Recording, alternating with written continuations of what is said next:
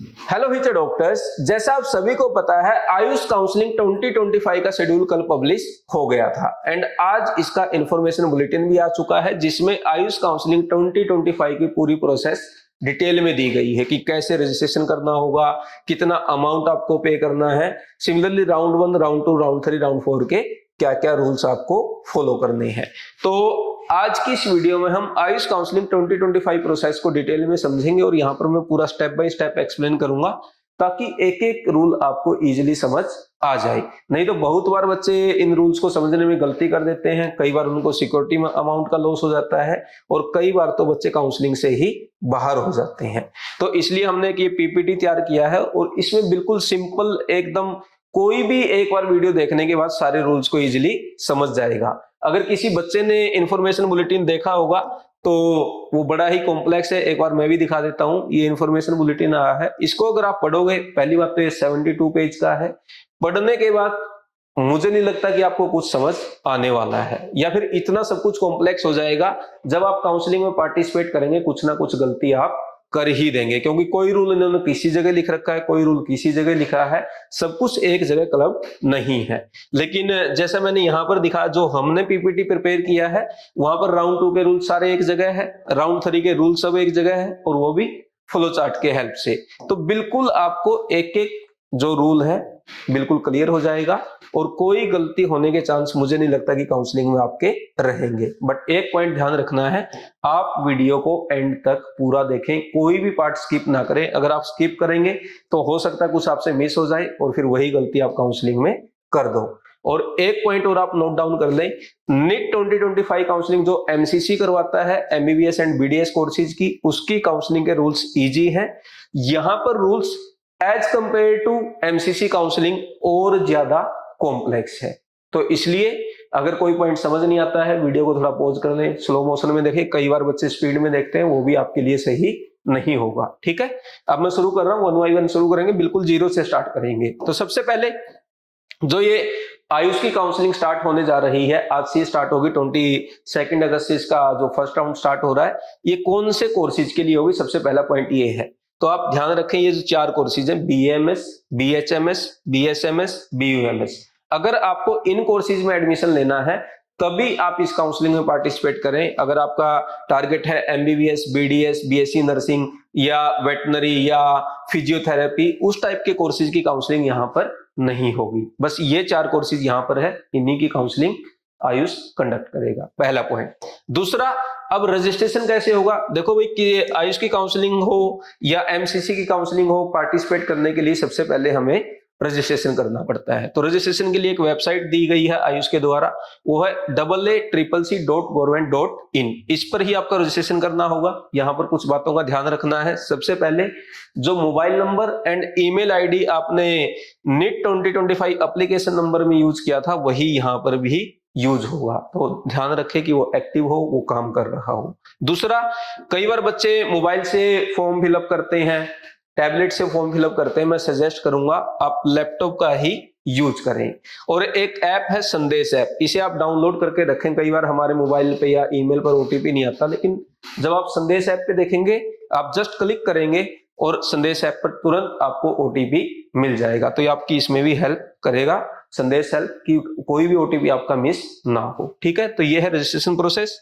इस वेबसाइट पर जाना, वहां पर जैसे हमने एमसीसी का बताया था, ऑलमोस्ट सेम प्रोसीजर होगा। भाई, नाम डालना है आपका, मदर नेम, आपकी कैटेगरी, फिर आपकी क्लास 12 की डिटेल, स्कूल की डिटेल, वही सब आपसे पूछेगा। बिल्कुल सिंपल है, कोई फॉर्म वगैरह या कोई डॉक्यूमेंट वगैरह अपलोड करने की नीड आपको नहीं होगा। ठीक है, अब चलते हैं नेक्स्ट पॉइंट पर। नेक्स्ट है भाई, जब आप रजिस्ट्रेशन करेंगे तो फी पेमेंट कितना करना होगा। तो देखो, 2 टाइप की फीस है, एक है रजिस्ट्रेशन फी और एक है सिक्योरिटी अमाउंट। जो रजिस्ट्रेशन फी है ये आपका रिफंड नहीं होगा, लेकिन जो सिक्योरिटी अमाउंट है, अगर आपने रूल्स को सही से फॉलो किया तो सिक्योरिटी अमाउंट आपका रिफंड हो जाएगा। अगर आप कोई इसी रूल्स का वायलेशन करते हैं तो इन दैट केस आपकी सिक्योरिटी फॉरफीचर हो जाएगी, मतलब रिफंड नहीं होगी। ठीक है, अब चलते हैं नेक्स्ट पॉइंट पर, कितना रजिस्ट्रेशन अमाउंट लगेगा, कितना सिक्योरिटी अमाउंट लगेगा। तो सबसे पहले रजिस्ट्रेशन फी। अब देखो भाई, 2 टाइप के कॉलेज हैं, एक है हमारे गवर्नमेंट या गवर्नमेंट एडेड कॉलेज हैं, दूसरे हैं deemed university.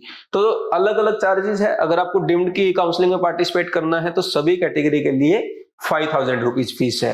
Other than deemed मतलब गवर्नमेंट हो गया, गवर्नमेंट एडेड हो गया, इसी टाइप के सेंट्रल इंस्टीट्यूट हो गए, उसकी फीस है 1,000 rupees for general, EWS and OBC. अगर एससी एसटी या हैंडीकैप है तो उसके लिए लगेगा 500 रुपीज। सिक्योरिटी अमाउंट की अगर मैं बात करूं जो रिफंडेबल है, अगर आप रूल्स को सही से फॉलो करते हैं, रूल्स आप तब सही से फॉलो कर पाएंगे जब आप उनको अच्छे से समझ लेंगे। समझने का मेथड है, इस वीडियो को आप पूरा एंड तक देखें। डीम्ड यूनिवर्सिटी का फीस है 50,000 और अदर देन डीम्ड है 20,000। तो देखो भाई, अगर आपने थोड़ी सी भी गलती काउंसलिंग में कर दी तो आपकी एक झटके में 50,000 अगर आप प्राइवेट में पार्टिसिपेट कर रहे हैं और गवर्नमेंट में 20,000, इतना लॉस आपको एक झटके में हो सकता है। ठीक है, नेक्स्ट पॉइंट हम चलते हैं, ये हो गया हमारा रजिस्ट्रेशन और फीस।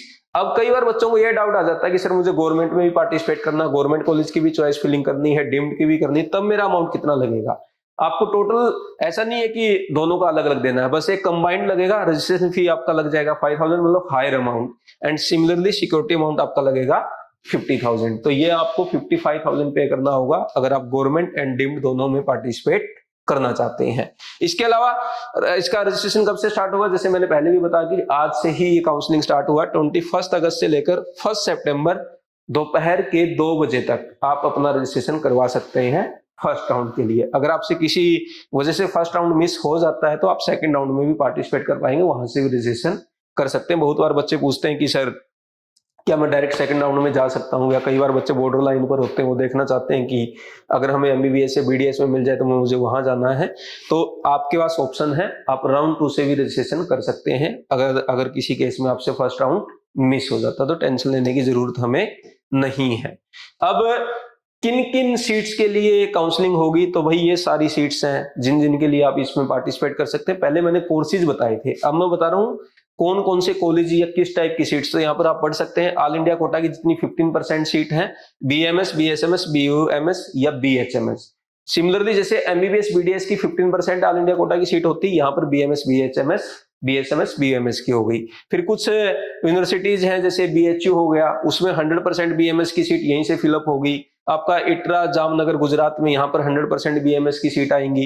100% एनआईए जयपुर पंचकुला, इन दोनों कॉलेज की सीट भी यहीं से फिलअप होगी।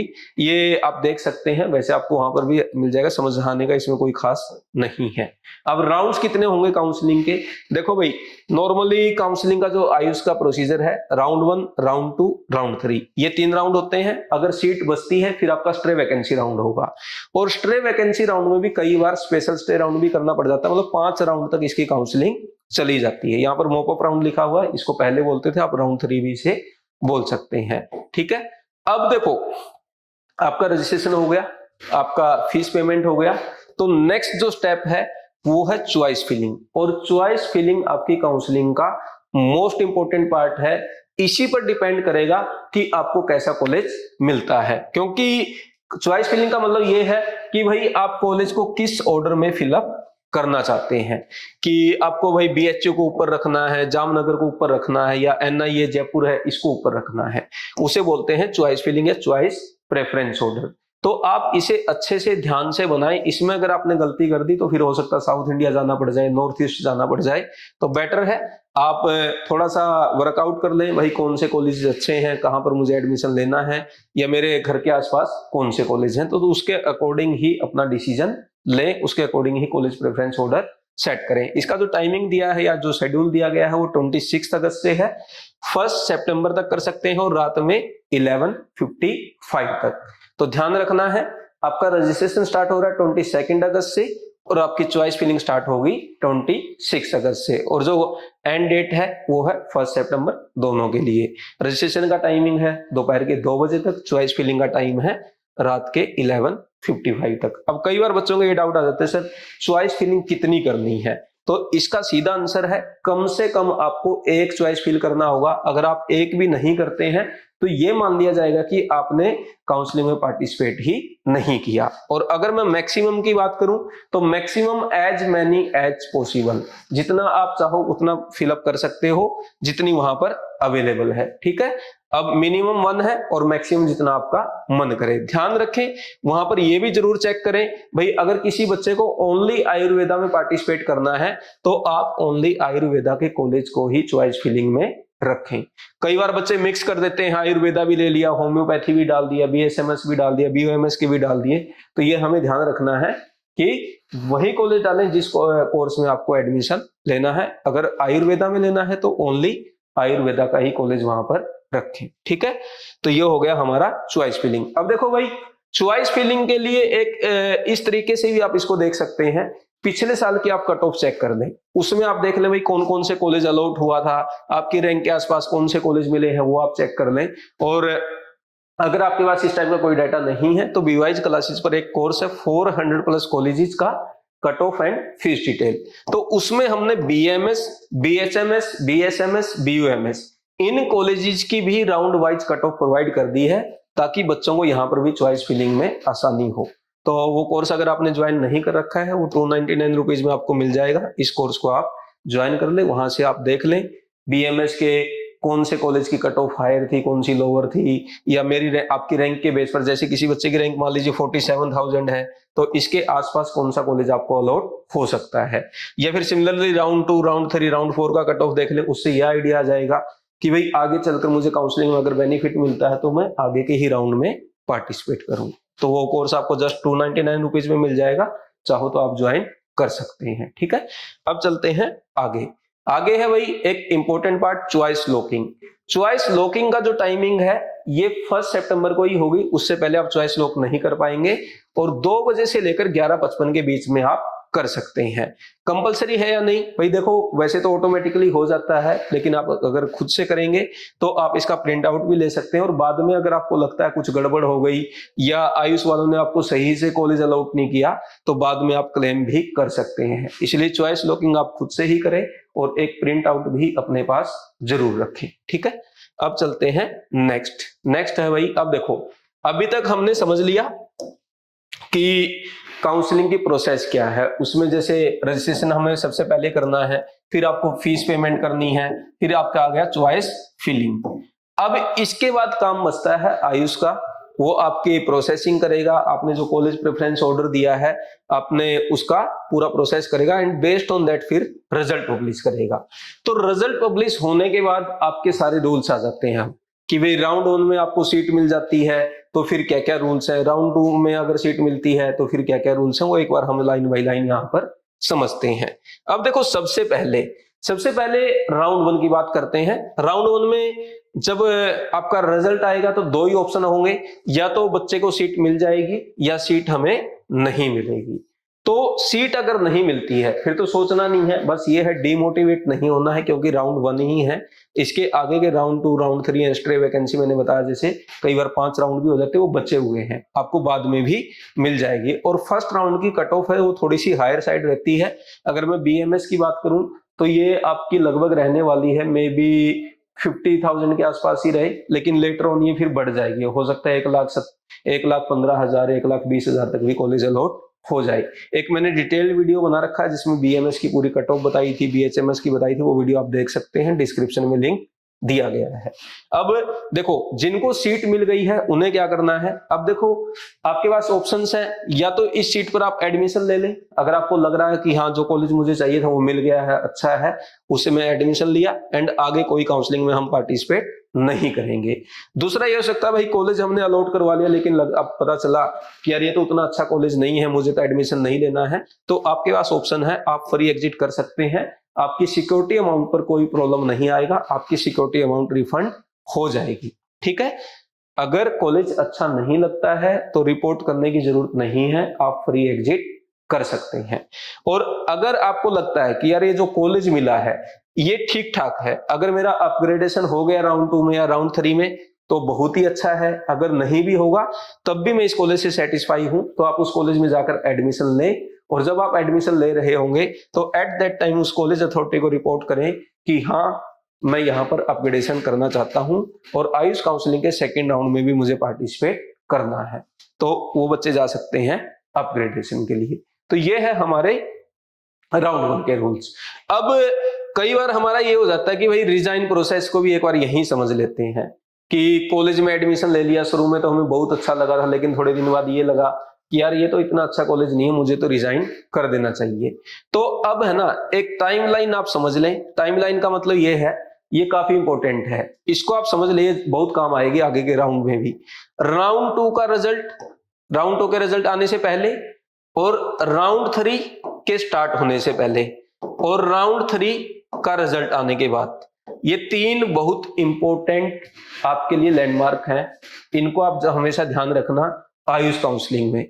अब देखो इसका बेनिफिट क्या है, जैसे मैंने बताया कि अगर किसी बच्चे ने एडमिशन ले लिया और उसको लगा कि यार ये कॉलेज तो उतना अच्छा नहीं है, अब मेरे को सही नहीं लग रहा, मुझे तो रिजाइन करना है यहाँ से और मैं दोबारा से फिर राउंड 2 में चॉइस फिलिंग करना चाहता हूं, तो आपको ऑप्शन दिया गया है कि जब तक राउंड 2 का रिजल्ट नहीं आता है तब तक आप रिजाइन कर सकते हैं।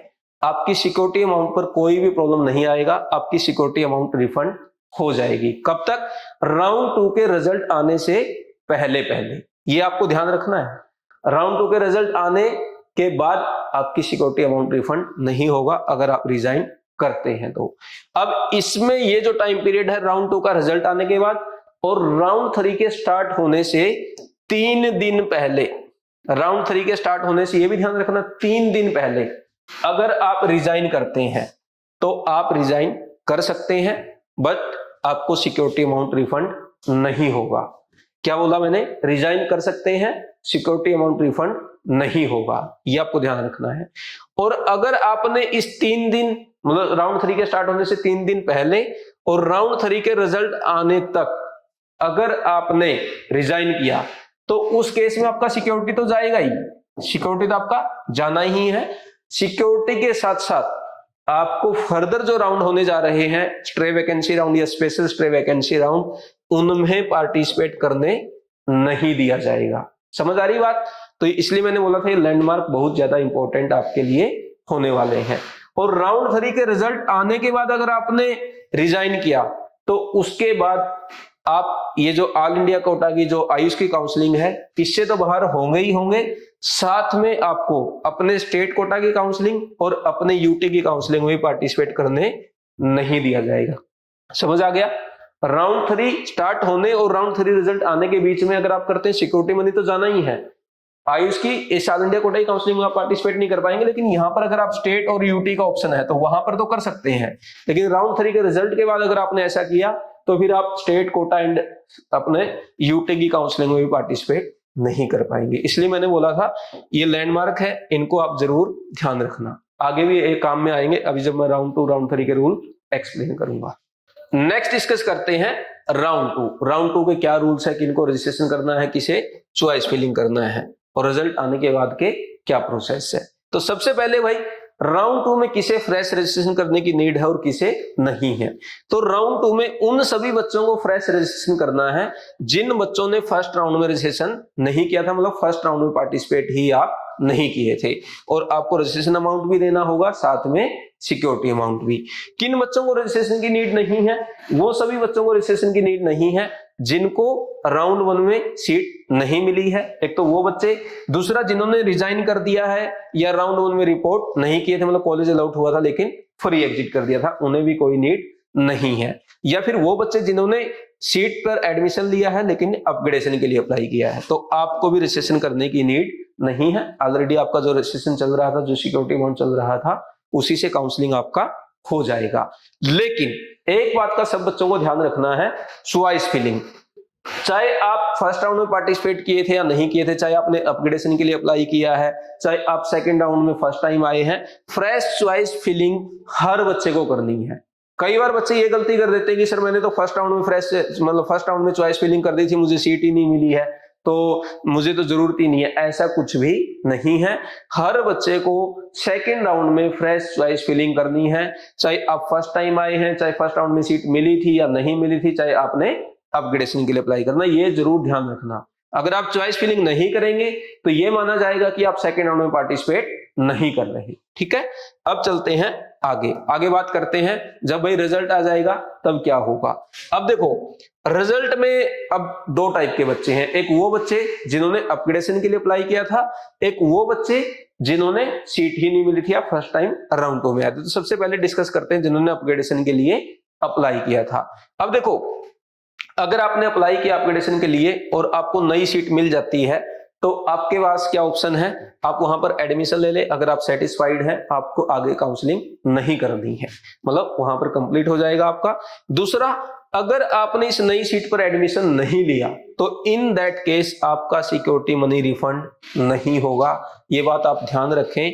अगर राउंड 2 में अपग्रेडेड सीट पर आप एडमिशन नहीं लेते हैं तो आपका सिक्योरिटी अमाउंट चला जाएगा। और एक और बात का ध्यान रखना है कि अगर सेकंड राउंड में आपकी सीट अपग्रेड हो जाती है तो फर्स्ट राउंड वाली जो सीट थी वो आपकी ऑटोमेटिकली कैंसिल हो जाएगी, ठीक है, वो सीट अब आपके पास नहीं रहेगी अगर आप अपग्रेड हो जाते हैं। और अगर आपकी सीट अपग्रेड नहीं हुई, जो आपने फर्स्ट राउंड में सीट ले रखी थी वही की वही रह गई, तो इन दैट केस आपके पास ऑप्शन है कि आप वहां पर अपने एडमिशन को रिटेन करें, वहीं पर अपना कंटिन्यू करें। और अगर आपको लगता है कि नहीं यार यहां से तो मुझे छोड़ना है, आप वहां से रिजाइन कर सकते हैं, लेकिन जैसे मैंने पहले भी बताया था राउंड 3 स्टार्ट होने से 3 दिन पहले आपको वहां से रिजाइन करना होगा। अगर आप उसके बाद रिजाइन करते हैं तो फिर ये मान लिया जाएगा कि आप राउंड 3 के पार्टिसिपेंट हैं, और जैसा मैंने बताया उसके बाद अगर आप करेंगे तो फिर आपका सिक्योरिटी अमाउंट भी जाएगा और आप फर्दर काउंसलिंग में भी पार्टिसिपेट नहीं कर पाएंगे। आपके पास ऑप्शन बचेगा या तो आप स्टेट कोटा में जाएं या अपने यूटी में जो भी आपके पास ऑप्शन अवेलेबल है उसकी काउंसलिंग में ही पार्टिसिपेट कर पाएंगे, ठीक है। तो ये हो गया जिन बच्चों ने अपग्रेडेशन के लिए अप्लाई किया था। अब वो बच्चे जिन्होंने जो फर्स्ट राउंड में सीट नहीं मिली थी या फर्स्ट टाइम राउंड 2 में पार्टिसिपेट कर रहे हैं, उनके पास भी 2 ऑप्शन होंगे, या तो उन्हें सीट मिल जाएगी या सीट नहीं मिलेगी। अगर आपको सीट नहीं मिलती है तो आप अपने राउंड 3 में पार्टिसिपेट कर सकते हैं या फिर अपने स्टेट कोटा की काउंसलिंग को भी देख सकते हैं। अब जिन बच्चों को फर्स्ट टाइम सीट मिली है राउंड 2 में, उनके पास क्या क्या ऑप्शन है भाई, वो बच्चे अपना एडमिशन ले सकते हैं उस कॉलेज में, और अगर आप सेटिस्फाई हैं वहां पर आगे अपनी काउंसलिंग को स्टॉप कर दें, आगे पार्टिसिपेट ना करें। अगर आपको लगता है कि भाई ये कॉलेज ठीक ठाक है, मुझे एडमिशन ले लेना चाहिए और मैं अपग्रेडेशन के लिए अप्लाई कर देता हूं, तो आप यहां पर भी अपग्रेडेशन के लिए अप्लाई कर सकते हैं और फिर राउंड 3 में पार्टिसिपेट कर सकते हैं। नेक्स्ट, अगर आपने इस सीट पर एडमिशन नहीं लिया, जो सीट आपको मिली है, तो आप एग्जिट कर सकते हैं विद फॉरफीचर ऑफ सिक्योरिटी, मतलब आपका सिक्योरिटी अमाउंट रिफंड नहीं होगा। और वो भी कब तक, जब तक राउंड 3 के स्टार्ट होने से 3 दिन पहले तक। अगर आपने उसके बाद किया तो फिर वही रूल अप्लीकेबल हो जाएंगे कि भाई आप राउंड 3 के पार्टिसिपेंट मान लिए जाएंगे और आप आयुष काउंसलिंग से फिर बाहर हो जाएंगे अगर उसके बाद आप एग्जिट करते हैं। तो अगर आप यहां पर एडमिशन से पहले पहले एग्जिट करना है तो आप राउंड 3 स्टार्ट होने से 3 दिन पहले पहले कर लें, ठीक है भाई। अब चलते हैं नेक्स्ट, हमारा नेक्स्ट है राउंड 3। अब राउंड 3 में किसे रजिस्ट्रेशन करना है किसे नहीं करना है, तो वो बच्चे जिन्होंने फर्स्ट राउंड और सेकंड राउंड में रजिस्ट्रेशन नहीं किया था, पहली बार राउंड 3 में पार्टिसिपेट कर रहे हैं, उन्हें रजिस्ट्रेशन करना होगा, फ्रेश रजिस्ट्रेशन, सब कुछ आपका फीस लगेगा। या फिर वो बच्चे जिन्होंने सिक्योरिटी अमाउंट फॉरफीचर हो गया या कोई ऐसे रूल्स, जैसे अभी मैंने बताया कि राउंड 3 स्टार्ट होने के 3 दिन पहले उन्होंने अगर राउंड 2 की सीट छोड़ी है या फर्स्ट राउंड की सीट अपग्रेड होने के बाद उन्होंने छोड़ दी है, तो वो सारे बच्चे यहाँ पर आएंगे, उनको फिर से रजिस्ट्रेशन करना होगा, फिर से सिक्योरिटी अमाउंट देना होगा। रजिस्ट्रेशन करने की नीड किसको नहीं है, जिनको राउंड 2 में सीट नहीं मिली है, या जिन्होंने फ्री एग्जिट किया है, या फिर जिन्होंने अपग्रेडेशन के लिए अप्लाई किया है, चाहे वो राउंड 1 की सीट हो या राउंड 2 की। तो इसमें एक बात का और ध्यान रखना है, फ्रेश चॉइस फिलिंग। यहां पर भी हर बच्चे को फ्रेश चॉइस फिलिंग करना होगा, चाहे आप राउंड 1 एस्पिरेंट है, चाहे राउंड 2 से अपग्रेडेशन करवा रहे हैं, कुछ भी है, सब बच्चों को राउंड 3 में अगर पार्टिसिपेट करना है तो आपको चॉइस फिलिंग करनी है। अब बात आ जाती है भाई राउंड 3 के रिजल्ट आने के बाद की क्या प्रोसेस है, क्या रूल है। अब देखो, राउंड 1 से राउंड 2 में अपग्रेड करा सकते थे, सिमिलरली राउंड 2 से राउंड 3 में भी अपग्रेडेशन करवा सकते हैं। एक बार यहां पर बच्चों को कभी कभी डाउट यह आ जाता है कि सर राउंड 1 में मुझे सीट मिली थी, मैंने राउंड 2 में अपग्रेडेशन करवा लिया, तो क्या मैं राउंड 3 में भी अपग्रेडेशन करवा सकता हूं क्या? बिल्कुल, आप राउंड 1 के अपग्रेडेड सीट को राउंड 2 से राउंड 3 में भी अपग्रेडेड करवा सकते हैं, बिल्कुल क्लियरली मेंशन है आयुष काउंसलिंग में, लेकिन ऐसा एमसीसी में क्लियरली मेंशन नहीं है। दूसरा, एक डाउट बच्चों को यह आ जाता है, राउंड 1 से सर मैंने राउंड 2 में अपग्रेडेशन के लिए अप्लाई किया था, लेकिन राउंड 2 में मेरा अपग्रेडेशन नहीं हुआ, तो क्या मैं राउंड 3 में अपग्रेडेशन करवा सकता हूं क्या? आप बिल्कुल करवा सकते हैं। अपने एडमिशन को यहाँ पर कंटिन्यू रखें और राउंड 3 में अपग्रेडेशन के लिए अप्लाई कर दें, मतलब चॉइस फिलिंग कर दें। तो इस तरीके से आप राउंड 3 में अपग्रेडेशन करवा सकते हैं। अब इन बच्चों ने ऐसे अपग्रेडेशन के लिए अप्लाई किया है, तो जब राउंड 3 का रिजल्ट आएगा तो जिन बच्चों ने अपग्रेडेशन के लिए अप्लाई किया था उनके पास क्या क्या ऑप्शंस होंगे। या तो भाई उनको एक नई सीट मिल जाएगी, मतलब आपकी पहले वाली सीट अपग्रेड हो गई इसका मतलब। और अगर आपको नई सीट मिल गई है तो यहां आपको एडमिशन, अगर आप सेटिस्फाइड हैं तो आप एडमिशन ले लेंगे। दूसरा, अगर आपको लगता है कि नहीं यार ये सीट तो उतनी अच्छी नहीं है, मुझे तो एडमिशन नहीं लेना है, तो आप इसे इग्नोर भी कर सकते हैं। लेकिन आप ध्यान रखना, राउंड 3 में जो सीट अलॉट हुई है, अगर वहां से आप एडमिशन नहीं लेते हैं, सिक्योरिटी अमाउंट तो आपका जाएगा ही जाएगा, मतलब सिक्योरिटी अमाउंट रिफंड नहीं होगा। इसके साथ में आप आयुष काउंसलिंग से बाहर हो जाएंगे, ऑल इंडिया कोटा से भी एंड स्टेट कोटा से भी। मतलब आपके पास अब कोई ऑप्शन नहीं बचेगा बीएमएस, बीएचएमएस, बीएमएस, बीयूएमएस इस सेशन में एडमिशन लेने के लिए। ठीक है, तो ध्यान से ही करवाएं। अगर राउंड 3 में सीट अलॉट हो गई और वो आपने नहीं ली तो उसके बाद फिर आप काउंसलिंग से बाहर, ऑल इंडिया कोटा से भी एंड स्टेट कोटा से भी। इसलिए मैंने बताया था कि भाई आयुष काउंसलिंग के रूल्स थोड़े से कॉम्प्लेक्स हैं। इसमें जैसे हमने लैंडमार्क डिस्कस किए थे, राउंड 2 रिजल्ट आने के बाद फिर 3 दिन राउंड 3 के स्टार्ट होने से फिर राउंड 3 के रिजल्ट आने का, मतलब थोड़ा सा, मतलब बहुत ज्यादा उलझा हुआ सा है। तो वैसे मैं बहुत सिंपल लैंग्वेज में एक्सप्लेन करने की कोशिश कर रहा हूँ, रिपीट भी कर रहा हूँ बार बार, ताकि आपको एकदम सेट बैठ जाए। तो यहाँ पर आपको ध्यान रखना है, राउंड 3 में अगर आपकी सीट अपग्रेड हुई और वहां पर एडमिशन नहीं लिया तो आप आयुष काउंसलिंग से बाहर हो जाएंगे, all India quota as well as state quota, मतलब अपने स्टेट कोटा में भी पार्टिसिपेट नहीं कर पाएंगे। दूसरा, वो बच्चे भाई जिनको राउंड 3 में सीट अपग्रेडेशन के लिए अप्लाई की थी लेकिन सीट अपग्रेड नहीं हुई, तो आपके जो फर्स्ट राउंड की सीट थी या सेकंड राउंड की सीट थी वो अब आपके लिए रिजर्व्ड है। आप वहां पर अपनी स्टडी कंटिन्यू कर सकते हो, आपका एडमिशन एज इट इज बना रहेगा। लेकिन अगर आपको लगता है भाई इस सीट से मुझे एग्जिट मारना है, मुझे पसंद ही नहीं, मुझे एडमिशन नहीं लेना, तो आप फ्री हो, आप कर सकते हो। लेकिन यहां पर भी रूल वही अप्लीकेबल होगा, ना तो आपकी सिक्योरिटी मनी रिफंड होगी और ना ही आगे के जो स्टे राउंड है या फिर आपका स्टेट कोटा काउंसलिंग है उसमें पार्टिसिपेट करने नहीं दिया जाएगा। ये बात का आपको यहां भी ध्यान रखना है। तो सोच समझकर ही डिसीजन लेना अगर राउंड 3 में अलॉटेड सीट को आप छोड़ रहे हैं तो। ठीक है, नेक्स्ट है, अब वो सारे बच्चे बच गए जिनको अभी तक सीट नहीं मिली थी, मतलब पहली बार सीट मिलेगी। तो या तो सीट मिलेगी या नहीं मिलेगी। भाई जिनको सीट नहीं मिली है उनके पास ऑप्शन क्या है, जो स्ट्रे वैकेंसी राउंड आगे होने हैं वो एंड स्टेट कोटा, वहां पर आप कंटिन्यू अपना पार्टिसिपेशन करते रहे। अब आ जाता है, अगर आपको राउंड 3 में सीट मिल जाती है तो राउंड 3 में अगर आपको सीट मिल गई, एडमिशन ले लेते हैं तो बहुत अच्छा है, अपनी पढ़ाई कंटिन्यू करिए। अगर एडमिशन नहीं लेते हैं तो वही है, सिक्योरिटी अमाउंट भी जाएगा एंड साथ में all India quota counselling as well as state quota counselling से आप बाहर हो जाएंगे। तो राउंड 3 बड़ा ही क्रूशियल है, इसके रूल्स भी बड़े सख्त हैं। तो सोच समझकर ही डिसीजन लेना राउंड 3 में पार्टिसिपेट करने से पहले। एडमिशन लेना हो तभी अलॉटमेंट करवाने की सोचना। अगर अलॉटमेंट हुआ, सिक्योरिटी अमाउंट 20,000 50,000 वो तो जाना ही है, साथ में आगे की काउंसलिंग से भी आप बाहर हो सकते हैं। ठीक है भाई, तो ये हो गया हमारा राउंड 3 रूल। अब बचता है हमारा स्ट्रे वैकेंसी राउंड। अब स्ट्रे वैकेंसी राउंड में सबसे पहला डाउट बच्चों को कई बार ये आता है कि सर क्या फ्रेश रजिस्ट्रेशन अलाउड है क्या। भाई अगर आपने राउंड 1, राउंड 2, राउंड 3 में पार्टिसिपेट नहीं किए थे, अभी तक आपने रजिस्ट्रेशन नहीं किया है, तो आप फ्रेश रजिस्ट्रेशन कर सकते हैं। दूसरे वो बच्चे जिनको अभी तक सीट अलॉट नहीं हुई है, मतलब राउंड 1, राउंड 2, राउंड 3 में सीट नहीं मिली है, उन्हें रजिस्ट्रेशन करने की जरूरत स्ट्रे वैकेंसी के लिए नहीं है, आपका पहले वाला ही रजिस्ट्रेशन चल जाएगा। नेक्स्ट, क्या चॉइस फिलिंग हम कर पाएंगे सर? बिल्कुल, आपके लिए फ्रेश चॉइस फिलिंग अवेलेबल है। जो सीट वैकेंट होगी, जो कॉलेज अवेलेबल होंगे, उनकी चॉइस फिलिंग आप यहां पर फिर से कर सकते हैं और करना है, ये मैंडेटरी है। ये मत सोचना कि अगर राउंड 1, राउंड 2, राउंड 3 में मैं पार्टिसिपेट करते आ रहा हूं सर, राउंड 3 में मुझे सीट नहीं मिली तो स्ट्रेट राउंड में करने की जरूरत नहीं है। ऐसा नहीं है। आपको राउंड 1, राउंड 2, राउंड 3 में सीट मिली थी या नहीं मिली थी, राउंड 3 में चॉइस फिलिंग की थी या नहीं की थी, स्ट्रे वैकेंसी में अगर आपको पार्टिसिपेट करना है तो फ्रेश चॉइस फिलिंग आपको मैंडेटरी है, वो आपको करना ही होगा। अब कौन बच्चे स्ट्रे वैकेंसी राउंड में अलाउड नहीं है, ये इंपॉर्टेंट है। तो सबसे पहले अगर आपको राउंड 1 और राउंड 2 में सीट मिली थी, आप वहां पर अपना एडमिशन ले चुके हैं, वहां पर अपनी स्टडी कंटिन्यू कर रहे हैं, तो वो बच्चे स्ट्रे वैकेंसी के लिए एलिजिबल नहीं है।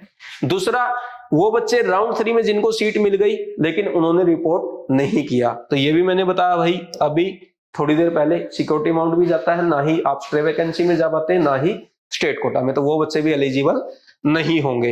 अगर किसी ने राउंड 3 में सीट ज्वाइन कर ली है, वो बच्चे भी एलिजिबल नहीं होंगे, जैसे राउंड 1 राउंड 2 में एडमिटेड बच्चे एलिजिबल नहीं है। अगर आपने फर्स्ट राउंड, सेकेंड राउंड या राउंड 3 की स्टार्ट डेट, मतलब राउंड 1 और राउंड 2 से अगर आपने रिजाइन किया है राउंड 3 स्टार्ट होने के 3 दिन और राउंड 3 के रिजल्ट आने के बीच में, तो ये सारे बच्चे भी स्ट्रे वैकेंसी राउंड के लिए एलिजिबल नहीं है। तो ये आप ध्यान रखना, अगर रिजाइन करना है राउंड 3 स्टार्ट होने से 3 दिन पहले अपना कर लेना। नेक्स्ट, अगर आपने first round, second round, round 3 result आने के बाद आपने अगर यहां से रिजाइन किया है, तो वो बच्चे भी एलिजिबल नहीं है। ऑलरेडी वो मैं आपको एक्सप्लेन कर चुका हूं जब मैंने राउंड 2 राउंड 3 के रूल्स बताए थे।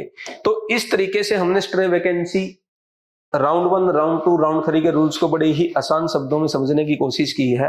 आई थिंक इससे सिंपल और कुछ हो नहीं सकता। बाकी मैं एक बार फिर से रिपीट कर देता हूं, स्पेशली वो माइलस्टोन जो हमने बनाया था पहले भी, राउंड 2 का रिजल्ट राउंड 3 स्टार्ट होने से 3 दिन पहले और राउंड 3 का रिजल्ट, ये तीनों बड़े इंपॉर्टेंट है। इसको समझना इसलिए इंपॉर्टेंट है क्योंकि राउंड 2 रिजल्ट आने से पहले अगर कोई रिजाइन करता है राउंड 1 की सीट से, तो आप फ्री एग्जिट कर सकते हैं, आपका सिक्योरिटी अमाउंट रिफंड हो जाएगा। अगर राउंड 2 के रिजल्ट आने के बाद और राउंड 3 स्टार्ट होने के 3 दिन पहले, इसके बीच में अगर आप रिजाइन करते हैं, तो इन दैट केस आपका सिक्योरिटी अमाउंट रिफंड नहीं होगा। समझ आ रही बात? राउंड 2 रिजल्ट आने से पहले आपका सिक्योरिटी अमाउंट रिफंड हो जाएगा, राउंड 2 के रिजल्ट आने के बाद और राउंड 3 स्टार्ट होने से 3 दिन पहले अगर आपने इसमें रिजाइन किया, आप एलिजिबल हो, आप रिजाइन कर सकते हो, लेकिन आपका सिक्योरिटी अमाउंट रिफंड नहीं होगा। और अगर आपने इन 3 दिन स्टार्ट होने से पहले और राउंड 3 के रिजल्ट आने के बीच में रिजाइन किया, तो इन दैट केस ना तो सिक्योरिटी अमाउंट रिफंड होगा और ना ही आप आयुष की ऑल इंडिया कोटा की काउंसलिंग जो बची हुई है उसमें आप पार्टिसिपेट कर पाएंगे। मतलब आप अगर राउंड 3 की भी काउंसलिंग चल रही है उसमें भी आप पार्टिसिपेट नहीं कर पाएंगे एंड ना ही स्ट्रे वैकेंसी राउंड में पार्टिसिपेट कर पाएंगे अगर आप इस बीच में रिजाइन करते हैं तो। और राउंड 3 के रिजल्ट आने के बाद अगर आपने रिजाइन किया, सिक्योरिटी अमाउंट भी जाएगा, ना ही आप आयुष के फर्दर राउंड जैसे stray vacancy round 1, stray vacancy round 2 इनमें पार्टिसिपेट कर पाएंगे। और अगर आपके स्टेट कोटा एंड यूटे की काउंसलिंग बची है तो उसमें भी आप पार्टिसिपेट नहीं कर पाएंगे। तो ये लैंडमार्क अच्छे से समझ लेना अगर किसी बच्चे को रिजाइन वगैरह या ऐसा कुछ करना है तो। ये जो इन्होंने बनाकर दे रखा है इसमें यही सारी बातें लिखी हुई है जो मैंने बिल्कुल सिंपल आपको समझा दी। जैसे राउंड 1 में क्या फ्री एग्जिट कर सकते हैं, यस वेदर ज्वाइंड और नॉट, आपने ज्वाइन किया नहीं किया है आप फ्री एग्जिट कर सकते हैं। कोई सिक्योरिटी अमाउंट जाएगा क्या? नहीं, कोई सिक्योरिटी अमाउंट नहीं जाएगा। Shall be eligible for further counselling, बिल्कुल एलिजिबल है। Round 2 no free exit if seat allotted, अगर राउंड 2 में आपको सीट मिल गई है आप फ्री एग्जिट नहीं कर सकते।